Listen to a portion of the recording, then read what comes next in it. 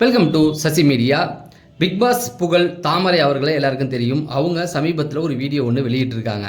அதாவது என்ன ஒருத்தவன் ஏமாத்திட்டான், என்கிட்ட இப்படி பண்ணியிருக்க கூடாது, அவனால் என் வாழ்க்கையே இப்படி ஆயிடுச்சு அப்படின்னு சொல்லி கண்ணீரோட சில விஷயங்கள் பேசியிருக்காங்க. அதை பற்றி தான் இந்த வீடியோவில் பேச போகிறோம். ட்ரெண்டிங் டாபிக் தெரிஞ்சுக்க நம்ம சேனலில் சப்ஸ்கிரைப் பண்ணுங்கள். தாமரை அவர்கள் அதாவது பிக் பாஸ்னால புகழ் அடைஞ்சவங்க. பிக் பாஸில் இப்போ சமீபத்தில் காமன் ஆடியன்ஸ் எல்லாருமே உள்ளே விட்டுருந்தாங்க. ஆனால் பிக் பாஸ் வரலாற்றிலேயே கமல் சார் இருக்க வரைக்கும் பார்த்தீங்கன்னா செலிபிரிட்டி தான் வருவாங்க. அதில் ஒரே ஒரு சீசன் 5வது சீசனில் தான் யாருனே முகம் தெரியாத ஒருத்தவங்க பிக் பாஸ்க்குள்ளே விட்டுருந்தாங்க. அவங்க தான் தாமரை. அது வழியாக அப்படியே ஃபேமஸ் ஆகி இப்போ வந்துட்டாங்க. சமீபத்தில் சின்ன மருமகள் அப்படிங்கிற ஒரு சீரியலில் நடிச்சுக்கிட்டு இருந்தாங்க. அதுலேருந்து விலகி இருந்தாங்க. அதுக்கு முன்னாடியே அவங்கள்ட்ட நிறைய கேள்விகள் கேட்டுறாங்க. ஏன் விலகிட்டீங்க அப்படின்னு சொல்லி கேட்கும்போது எனக்கே தெரிலங்க, ஏன் என்னை எடுத்தாங்க அப்படிங்கிற மாதிரி சொல்லியிருந்தாங்க. அந்த சீரியலில் ஒரு ஹீரோயின் ஸ்வேதா அப்படின்ற ஒரு ஹீரோயின் நடிக்கிறாங்க. அவங்களுடைய கணவர்னு சொல்லப்படுறாரு. ஏன்னா இந்த ஸ்வேதாவுடைய கணவர் அப்படின்னு சொல்லும்போது ஆதி அப்படி ஒருத்தவங்களும் சொல்கிறாங்க. அந்த ஆதி இப்போ சோஷியல் மீடியாவில் கொஞ்சம் ட்ரெண்டிங்கில் இருக்கார். சமீபத்தில் உமன்ஸ் டே கூட ஒரு ஆட்டோக்கார பெண்மணிக்கு உதவி செய்கிறது, இப்படி நிறையா பெண்களுக்கு உதவி செய்கிறது, ஏழைக்கு உதவி செய்கிறது அப்படிங்கிற மாதிரியான ரீல்ஸ்லாம் அவர் பண்ணிக்கிட்டு இருக்காரு.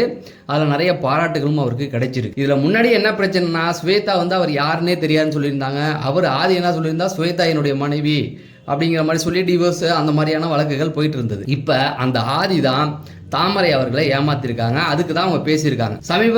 கொஞ்ச நாளைக்கு முன்னாடி வரைக்கும் அவன் என் வீட்டில் தான் தங்கியிருந்தான், எனக்கு ஒரு தம்பி மாதிரி, அவனுக்கு கஷ்டம் அப்படின்னு சொல்லி என்னுடைய 3 பவுன் நகையை நான் கொடுத்துருந்தேன். அந்த 3 பவுன் நகையை அவன் பேரில் தான் அடவு வச்சிருந்தான். ஏன்னா வெளியே எங்கள் ஏரியாவில் வச்சா பணம் நிறைய கிடைக்காதுன்னு சொல்லி அவனுக்கு தெரிஞ்ச ஒரு இடத்துல அவன் வச்சிருந்தான்.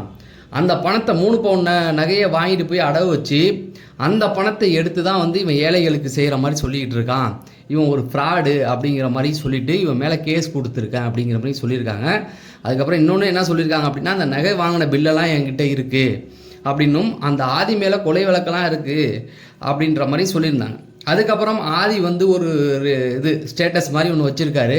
ஒரு நிமிஷம் வீடியோவில் ஒருத்தவங்களுடைய கேரக்டரை ஜட்ஜ் பண்ணிட முடியாது அப்படிங்கிறத சொல்லி கண்ணால் காண்பதும் போய் காதால் கேட்பதும் போய் தீர விசாரிப்பதை மெய் அப்படின்ற மாதிரி ஒரு ஸ்டேட்டஸ் வச்சிருக்கா. அதை எடுத்துகிட்டு தீர விசாரிக்கிறது மெயினா நான் கேஸ் கொடுத்துருக்கல, நீ ஏன் வரல அப்படிங்கிற மாதிரி கேள்வி கேட்டிருக்காங்க. தாமரைகிட்ட வாங்கின செயினை அடவு வச்சு தான் ஊருக்கெல்லாம் உதவி செஞ்சுக்கிட்டு இருக்காரு அப்படிங்கிற மாதிரி அவங்க சொல்லியிருக்காங்க. அதுக்கு அவர் எந்த பதிலும் சொல்லலை.